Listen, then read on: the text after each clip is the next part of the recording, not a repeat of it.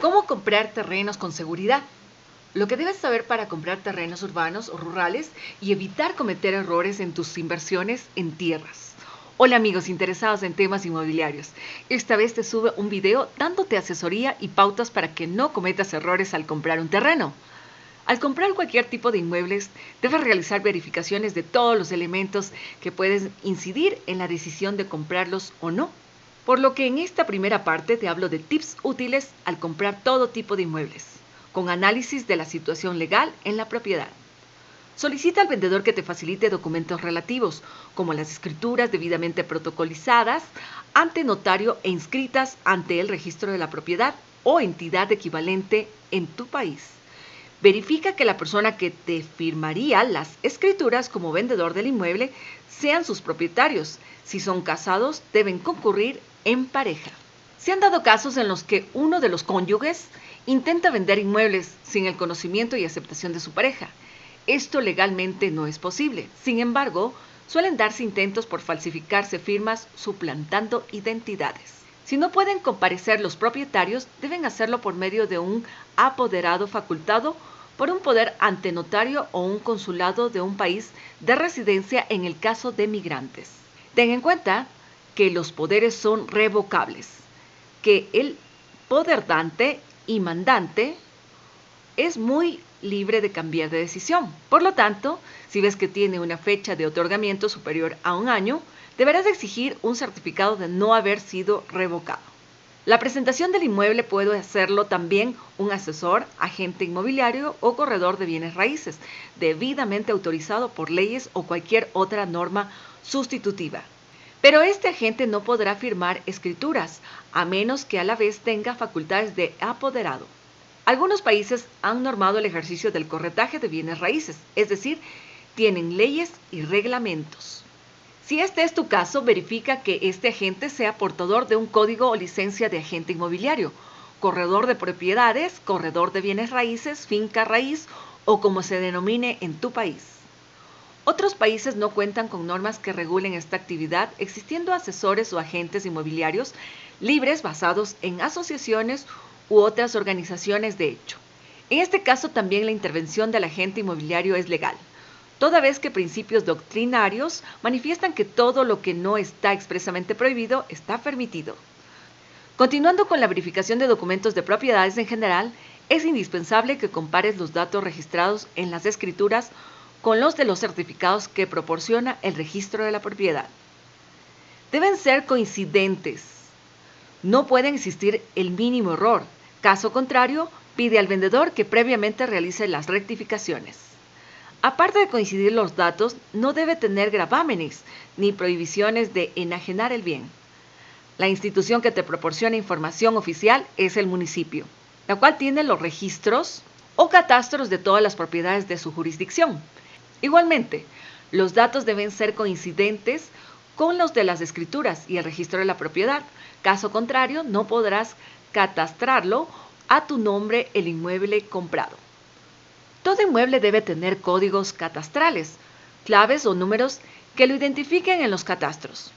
Algo similar a lo que tenemos las personas con nuestra cédula o documento nacional de identidad. Los municipios establecen nomenclaturas, sistemas de identificación que permiten singularizar la propiedad. En México existe el RFI, Registro Federal de Inmuebles. En Ecuador, los inmuebles son identificados por números de predios y claves catastrales. En Colombia se identifica por el número predial. En Perú, el número de partida electrónica. En fin, cada país tiene su denominación propia. Hasta aquí los tips para comprar todo tipo de inmueble. En adelante hablaremos de lo que necesitas conocer al adquirir áreas de suelos, terrenos, lotes, solares, campos. ¿Qué otros factores necesitas tomar en cuenta si quieres comprar un terreno? Los suelos o terrenos tienen sus propias normas y particularidades específicas como zonificación, uso de suelo, derechos de vía, derechos de río, retiros, zonas de riesgo, etc. Las normas en el ordenamiento territorial difieren si se trata de suelo urbano, expansión urbana o rural.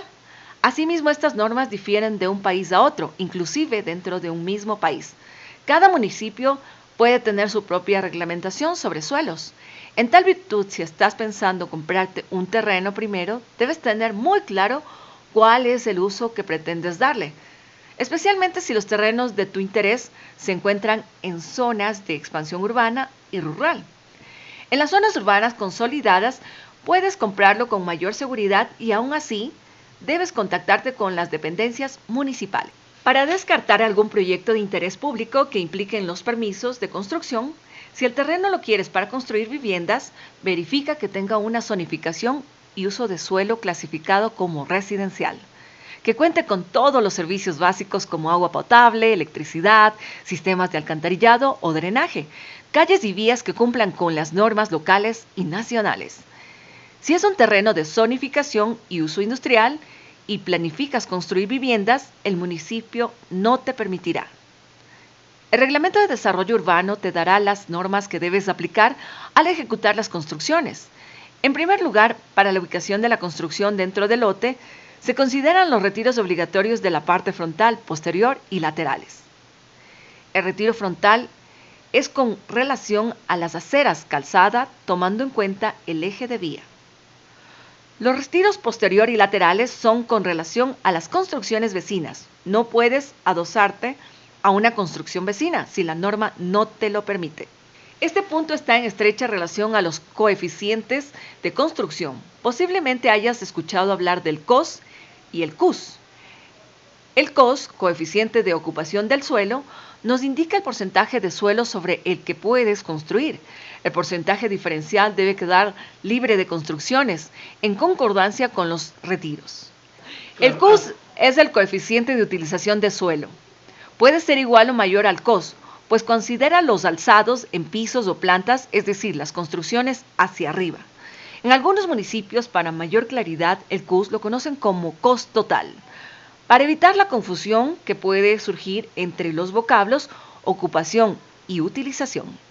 Si estás pensando comprar un terreno grande para lotizarlo y repartirse en lotes de menor área entre la familia, amigos o simplemente para venderlos, debes tomar en cuenta el área de lote mínimo que permite la normativa.